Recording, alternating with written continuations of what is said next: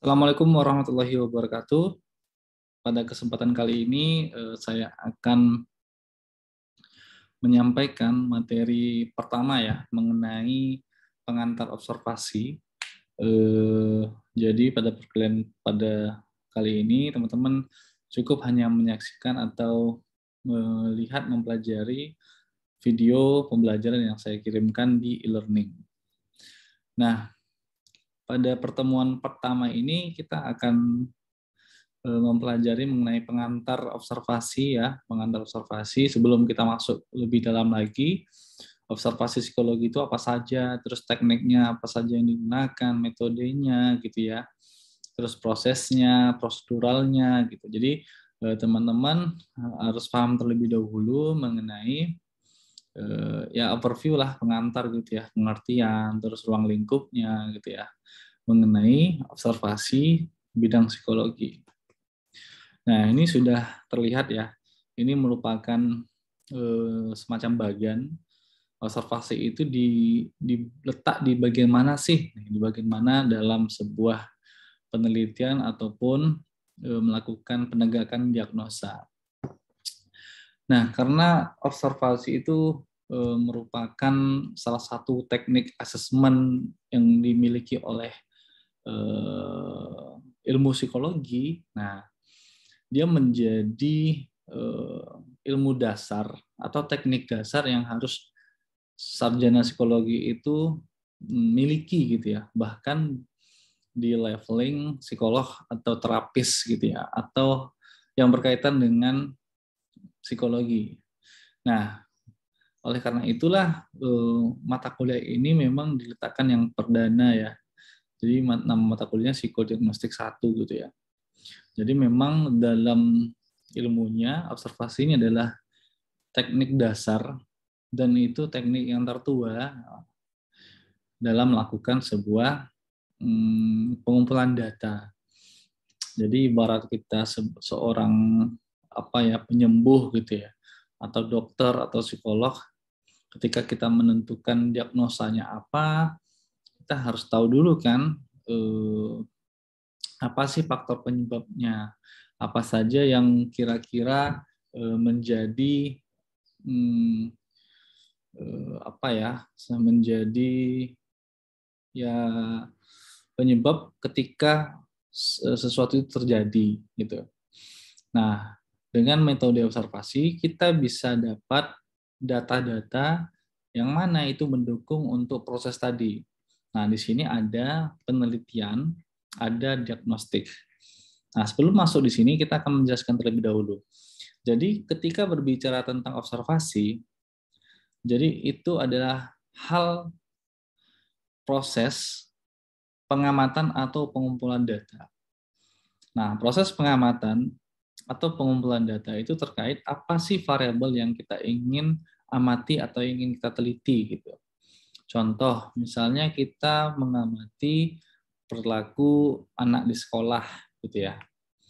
Nah, otomatis yang kita observasi adalah sebuah perilaku maupun non-perilaku yang muncul ketika dia di dalam sekolah.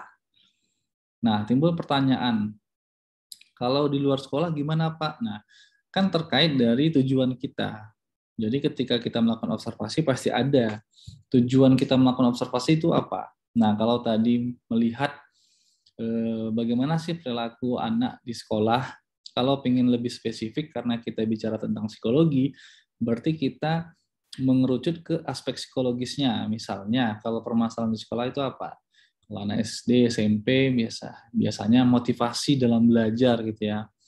Nah, motivasi. Nah, yang kita amati adalah bagaimana anak itu mengikuti pembelajaran di sekolah gitu ya. Nah, bagaimana sih perilaku yang muncul, bahkan sampai ke non perilaku. Nah, itu kan dibagi dua ya. Observasi itu bisa yang diamati nanti ada perilakunya, ada yang non perilakunya. Nah, setelah diperoleh data observasi, contohnya kita sudah melakukan observasi ini 1 jam gitu ya, di kelas mengenai tadi motivasi anak dalam mengikuti pembelajaran. Dari data tersebut, data itu bisa kita nilai atau kita asesmenkan. kita lihat, kita nilai gitu ya. Terus kita beri arti. Nah, diberi arti, terus dilakukan inferensi. Jadi setiap perilaku yang muncul, setiap rangsangan yang muncul itu bisa diberikan arti.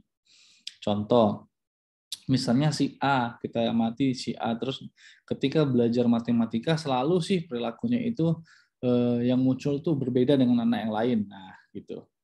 Terus ketika belajar seni dia malah berbeda lagi gitu ya. Nah, itu kan menjadi perbedaan yang bisa kita buat menjadi perbedaan arti. Nah, jadi bisa kita, kalau bahasa psikolognya itu bisa kita interpretasikan, kita nilai gitu. Nah, ketika data itu sudah dapat, kita bisa nilai. Oh, ternyata anak ini seperti ini, indikasinya apa. Nah, setelah kita nilai, nah kita akan merujuk ke kesimpulan akhir. Berarti dapat temuan kan? Nah, dinilai terus adanya penemuan yang kita peroleh dari apa yang kita kumpulkan, apa yang kita nilai, dan apa yang kita temukan. Dari hasil data yang sudah kita nilai tadi, data observasi itu bisa kita bentuk bisa dengan penelitian dan penegakan diagnosa. Nah, dalam bentuk penelitian ini berarti bisa sampai dengan perlakuan. Artinya perlakuan itu ini teman-teman kalau misalnya melakukan asesmen orang yang bermasalah gitu kan, terus diteliti kira-kira apa sih faktor penyebabnya, apa yang menjadi, apa yang bisa membuat perilaku yang bermasalah tadi itu membaik. Nah, itu penelitian. Contoh lain misalnya dihubungkan dengan penelitian psikologi. Contohnya gitu kan tadi motivasi belajar. Nanti terdapat nih data motivasi belajarnya, kita hubungkan dengan metode pembelajaran muridnya. Nah, itu bisa kita teliti. Gimana sih metode pembelajaran gurunya? Apakah menarik atau tidak? Apakah dia punya instrumen yang lebih dari satu sehingga anaknya buat tertarik? Atau kebalikannya, ternyata ketika kita kumpulkan data, faktor penyebab motivasinya tidak bagus itu dosennya tidak kreatif gitu ya, cenderung untuk kaku dalam mengajar seperti itu. Nah, itu bisa menjadi bahan penelitian. Nah, yang kedua, penegakan diagnosa. Ya, kalau contohnya di bagian klinis, industri, nah gitu kan, ini selain pendidikan ya, biar semuanya merata. Kalau klinis jelas ya, kalau misalnya kita melihat gitu, ngobservasi tingkah laku seorang anak itu berubah. Ketika kita konseling dia malah kecenderungan untuk defense-nya tuh sering segala macam.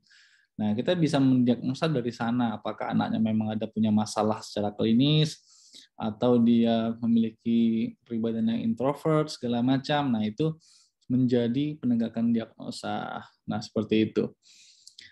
Ya, jadi observasi itu memang muncul di awal. Kita punya tujuan utama apa sih yang kita amati? Proses pengamatan, pengumpulan data. Setelah itu baru dinilai data tersebut. Jadi data itu bukan mentah-mentah kita terima, terus langsung kita tegakkan diagnosa. Jadi ada tahapan sebelumnya, yaitu dengan cara diakses atau dinilai gitu.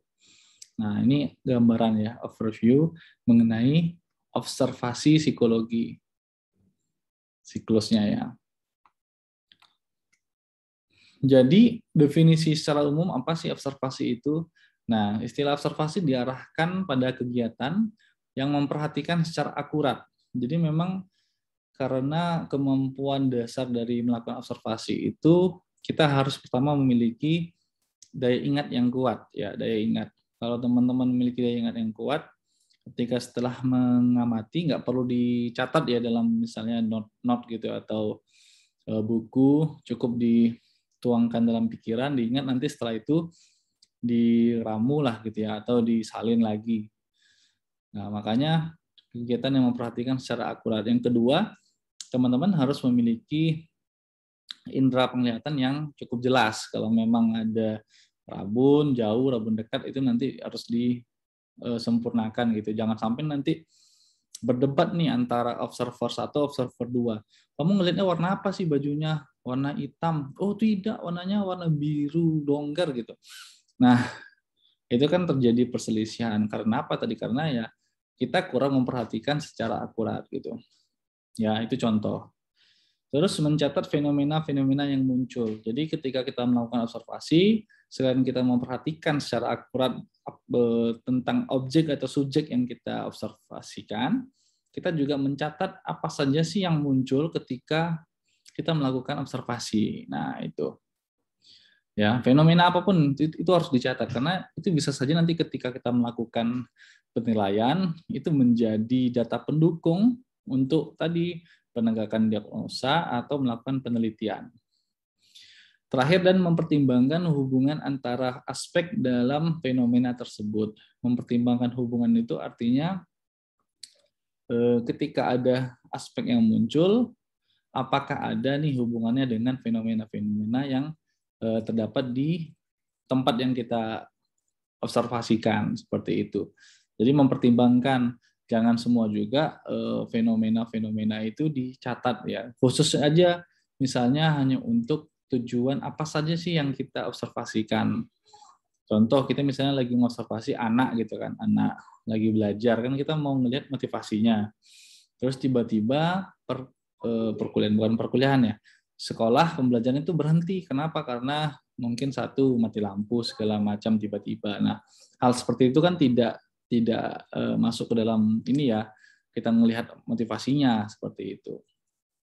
Itu contoh gitu ya. Nah, itu istilah observasi. Yang kedua, sebagai metode yang paling dasar dan paling tua. Itu yang Bapak sampaikan tadi. Dasar karena dalam setiap aktivitas psikologi itu pasti ada aspek observasinya.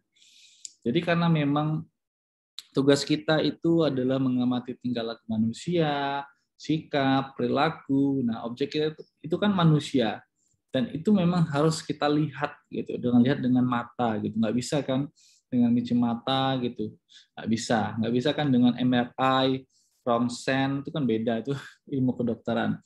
Nah, kita itu senjata kita adalah melakukan pengamatan, observasi gitu ya, wawancara gitu, tes psikologi. Nah, jadi memang setiap aktivitas aspek psikologi itu ya yang bisa kita lihat itu dengan cara observasi. Makanya ketika melakukan asesmen atau penilaian kepada orang, senjata utama psikolog atau seorang ilmuwan psikologi, seorang terapis, seorang apapun lah yang berkaitan dengan psikologi itu biasanya observasi wawancara gitu. Itu yang menjadi data utama, data primer ya untuk menegakkan sebuah diagnosa, menilai seperti itu.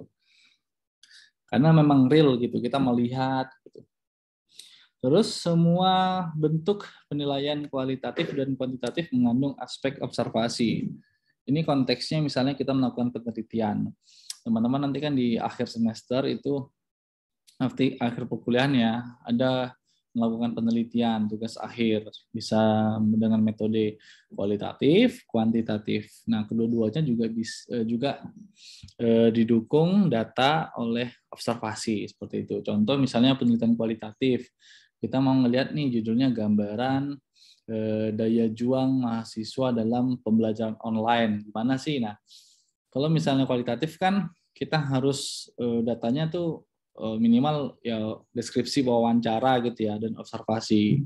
Nah, kita harus melihat juga langsung gitu, memang benar nggak, gimana sih daya juang dia ngikutin perkuliahan, terus ujian, buat tugas segala macam. Nah, kayak gitu. Kuantitatif juga seperti itu. Untuk penelitian awal misalnya kan di perusahaan gitu atau di tempat kerja atau di sekolah, kita kan harus ngamati dulu di awal.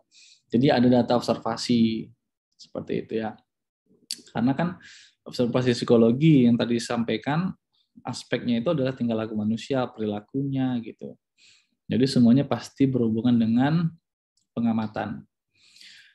Terus dapat berlangsung dalam konteks laboratorium, eksperimental maupun dalam konteks alamiah. Jadi observasi ini bisa juga digunakan ketika kita melakukan eksperimental. Contohnya kalau kita melakukan eksperimen ingin menurunkan tingkat kecemasan pada siswa, tingkat kecemasan pada seseorang yang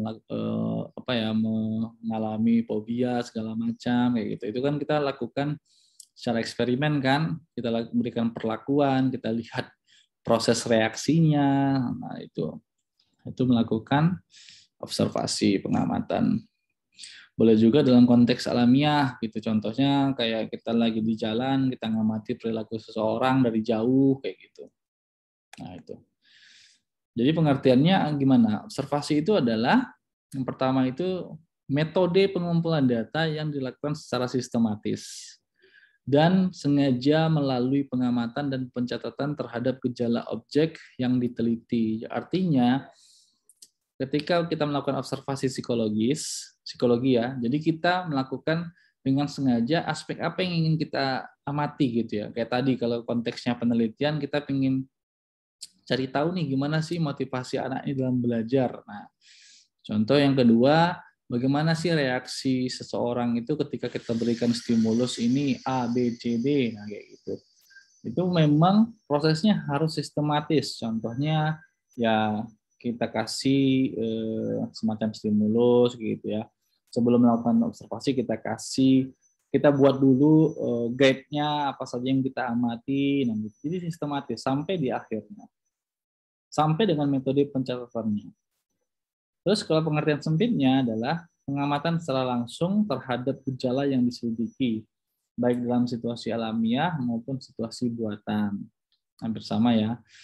Pengertian luas termasuk pengamatan yang dilakukan secara tidak langsung dengan menggunakan alat-alat bantu yang sudah dipersiapkan sebelumnya maupun diadakan khusus. Contohnya kalau kejadian yang tidak bisa diulang, kita ngamati gitu ya.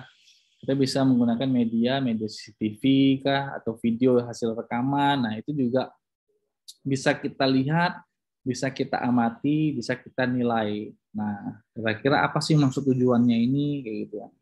Contoh kayak misalnya di forensik, kalau di forensik kan kita nggak bisa melihat secara langsung karena udah kejadiannya sudah mundur, dan kita juga tidak bisa secara 100% menilai hasil dari informasi-informasi dari saksi gitu ya. Otomatis jika ada proses rekaman yang terekam gitu, itu bisa menjadi data utama untuk mendukung apakah benar nanti ini salah atau tidak segala macam kayak gitu. Ya, itu dia pengertiannya. Terus selanjutnya apa sih yang teman-teman nanti bisa diobservasikan atau diamati gitu ya. Jadi kalau bahasanya itu kan kalau kita sebagai pengamat itu observer. Observer itu orang yang mengamati. Kalau subjek orang yang diamati itu namanya observee. Nah, observee baik itu subjek baik itu objek ya. Jadi apa yang kita observasikan? Yang pertama itu berdasarkan dari tujuan variabel yang menjadi target. Kayak tadi misalnya aspek psikologi apa yang variabel psikologi apa yang ingin diamati. Contoh lain misalnya kalau dalam setting industri ya, kita mau ngelihat nih bagaimana sih sosok pemimpinnya si Mas Sandiaga Uno, nah kayak gitu kan. Nah itu kan bisa kita observasi dari media. Nah kalau misal teman-teman dekat sama dia mungkin dari ngikutin dia rapat segala macam. Nah itu. Jadi ada satu tujuan atau satu variabel yang ingin kita capai dari proses observasi kita yang kita lakukan gitu. Terus yang kedua, apa yang bisa kita observasi dari tadi, misalnya kita sudah menentukan nih variabelnya.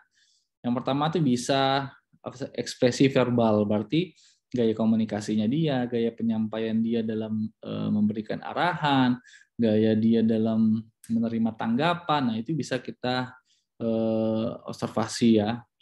Atau contoh lain, misalnya kita melakukan konseling. Konseling itu kan kita berbicara dengan klien atau subjek gitu kan. Nah, di situ juga kita ada tahapan observasi pasti ya. Selain kita melakukan konseling, wawancara, kita juga bisa mengobservasi bagaimana sih intonasi dia dalam berbicara, bagaimana sih tekanan dia dalam menyampaikan sesuatu di kalimat ini, kalimat itu. Nah, itu kan pasti nanti akan berbeda dan itu bisa nanti teman-teman amati seperti itu. Terus yang kedua selanjutnya ya non-verbal. Bahasa non-verbal berarti bahasa yang tidak keluar dari suara atau mulut, berarti kan bahasa tubuh, misalnya kaki, tangan, kepala, seperti itu. Itu bisa kita catat apa yang muncul, terus kita artikan. Terus respon verbal, non-verbal, perilaku terhadap stimulus. Nah, ini contoh respon yang muncul ketika kita sebagai observer itu melihat nih, ketika ada stimulus yang kita berikan atau memang secara tidak sengaja itu terdapat atau muncul gitu. Contoh misalnya respon tadi kayak tiba-tiba di kelas itu mati lampu. Nah, kita bisa melihat mati lampunya nggak usah kita catat gitu ya, secara rinci. Kita cukup catat aja pada menit segini listrik padam. Nah, yang kita bisa catat adalah gimana sih perilaku yang muncul ketika listrik tadi padam gitu. Nah, apakah ada yang biasa saja? Apakah ya, subjek yang kita amati itu sumringah, teriak, lompat-lompat? Nah, itu menjadi catatan yang bisa kita catat dalam note kita seperti itu. Ya. Atau kemunculan indikator khusus. Indikator khusus itu yang apalah ya, yang spesifik gitu ya. Itu bisa kita catat. Nah, poin ketiga, apa yang bisa diobservasi? Nah, observasi itu bisa kita bagi beberapa level. Observasi maksudnya itu targetnya. Target perilakunya itu bisa perilaku individu, kelompok, maupun situasi dan proses. Seperti itu. Terus yang terakhir, waktu. Kapan terjadi, kecepatan, durasi. Nah, terus lokasi, tempatnya di mana. Penampakan eksterior, misalnya cara berjalan dia, cara berpakaian dia, terus dia gunakan rambut warna apa, nah itu bisa. Gaya bahasa, misalnya gaya bahasa itu kayak logat, segala macam ya, intonasi, pilihan kata, nah itu bisa jadi bahan apa yang kita observasi. Nah ini macam-macam apa saja yang diobservasi menurut Webb dan Denzin, ya. Yang diobservasi itu bisa pertama itu exterior physical signs. Artinya sama dengan tadi kayak penampakan eksterior itu bisa dengan pakaiannya. Misalnya pakaiannya kita amati. Pak Didi itu kok hari-hari bajunya hitam terus ya. Nah, Senin hitam, Selasa hitam, Rabu hitam. Nah, itu cukup kita jadi bahan catatan saja ketika kita melakukan observasi. Kapan kita nilai? Nah, ketika kita nilai ketika sudah selesai observasi. Nah ya, jadi tolong nanti teman-teman jangan sampai pikiran interpretasi itu teman-teman bawa itu ketika melakukan observasi, itu tidak boleh. Jadi usahakan ketika kita melakukan observasi kan kita mengumpulkan data itu kita seobjektif mungkin. Apa yang kita lihat, apa yang kita amati, apa yang kita perhatikan itu yang kita catat. Nah, kapan proses nanti masuk dari penilaian kita? Nanti setelah data terkumpul semua. Nah, itulah dia ya. Jangan sampai apa bahasanya itu bias gitu ya, bias. Oh, kayak gini. Nah, dia seperti ini kenapa? Karena ini. Nah, catatlah. Nanti itu jangan dicatat ketika mengumpulkan data. Ya. Nah, terus apalagi ini eksteriornya, gaya rambut, sepatu, tato. Nah, itu bisa menjadi bahan catatan. Terus expressive movement, gerakan-gerakan tubuh. Nah, ini kan tadi bahasa nonverbal. Jadi hampir sama yang tadi ya. Seperti gerakan mata, wajah, postur, lengan, senyum, keriput dahi, dan lain-lain. Itu boleh saja teman-teman catat semuanya yang muncul. Nanti diartikan. Kira-kira kenapa nih tangannya ketika bicara kakinya goyang terus. Nah, itu kan bisa kita artikan.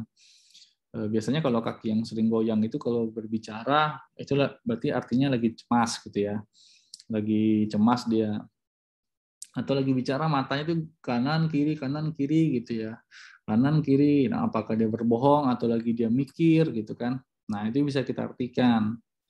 Tangan itu sering kali megang kepala ketika bicara, terus megang hidung, menyilangkan tangan, nah gitu.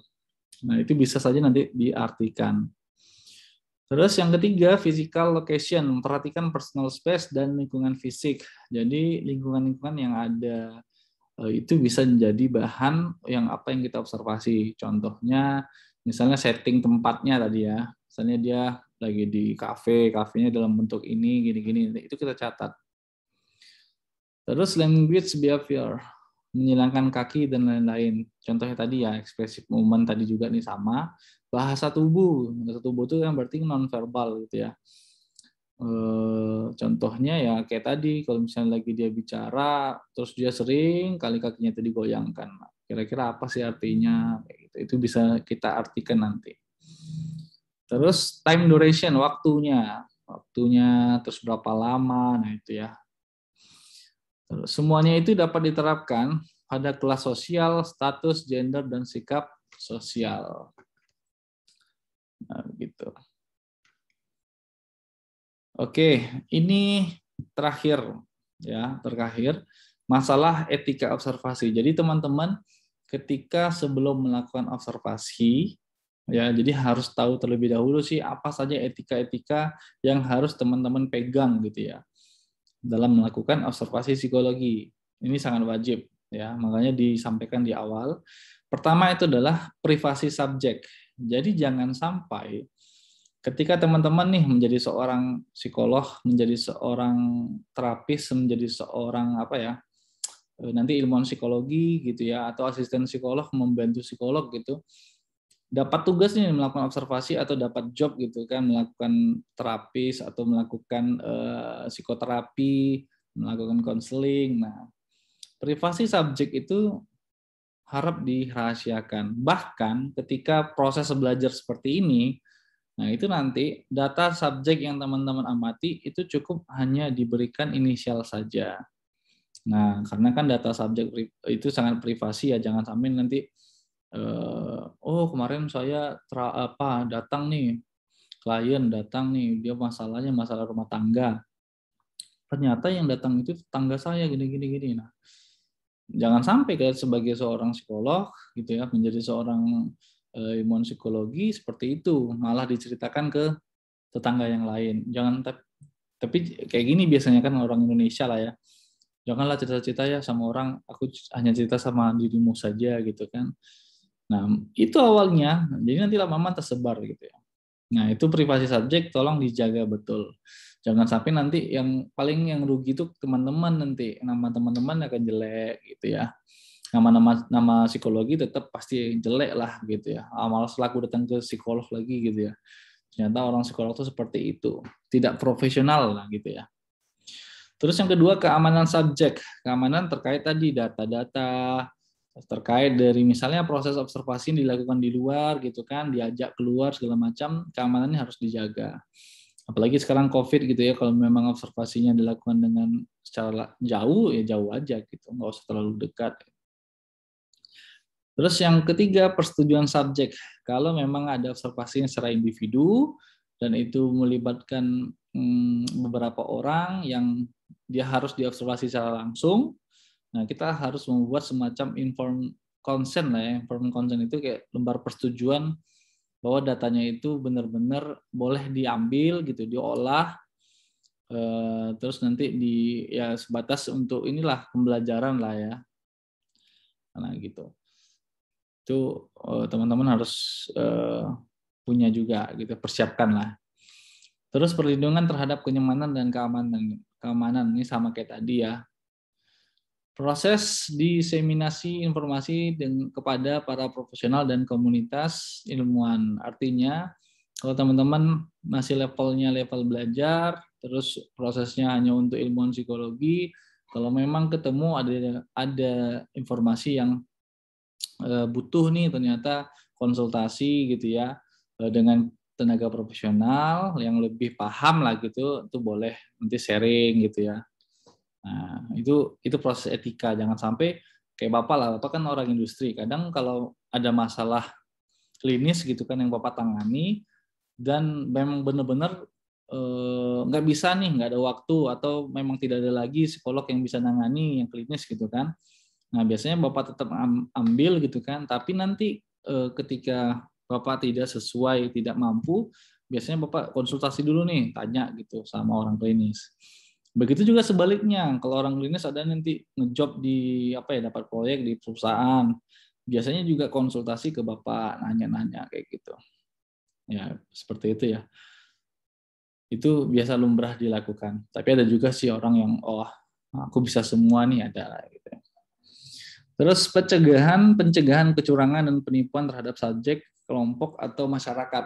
Nah, ini karena sekarang sudah mau diberlakukannya ya RUU P, undang-undang ya, rancangan undang-undang psikologi terkait praktek psikologi. Nah, ini hati-hati sekali teman-teman, nanti kalau sudah memang ada apapun yang berpraktek gitu ya, baik S1, S2 gitu kan, itu pasti nanti akan diikat oleh undang-undang. Jadi terkait kecurangan, penipuan itu bisa nanti dituntut seperti itu oleh konsumen. Nah, kita juga sebaliknya, kalau konsumennya berulah, kita juga bisa menuntut mereka gitu. Terus yang terakhir, penggunaan oleh dirinya dan pihak lain dengan maksud negatif. Ini sama ya kayak tadi, curangan. Pertimbangan di atas diterapkan pada 3 penelitian, 3 tahap penelitian, yaitu rancangan penelitian, proses di lapangan, dan terakhir penulisan publikasi atau laporannya. Nah, itu di semua proses penelitian, karena teman-teman nanti melakukan penelitian ya, artinya itu masih proses belajar buat laporan, nah gitu ya. Jadi setiap nanti melakukan rencananya gitu ya, rancangannya, proses di lapangan, nah itu sampai penulisannya, kan penulisan tadi Bapak sampaikan kan, nanti data kliennya itu cukup diinisialkan saja. Itu harus dijaga ya. Seperti itu. Oke, sampai di sini ada kira-kira yang ingin disampaikan, nanti bisa langsung di grup WhatsApp atau di e-learning ya. Nanti akan dibuat forum diskusinya kah, atau hanya cukup di e-learning, atau minggu depan nanti silakan ingin tanya, boleh sebelum pembelajaran selanjutnya, teman-teman nanti silakan bertanya. Oke, sampai di situ dulu mengenai pengantar observasi. Nanti silakan diulang saja materinya. Jika ingin memperjelas atau klarifikasi, boleh silakan di WA seperti itu. Oke, assalamualaikum warahmatullahi wabarakatuh.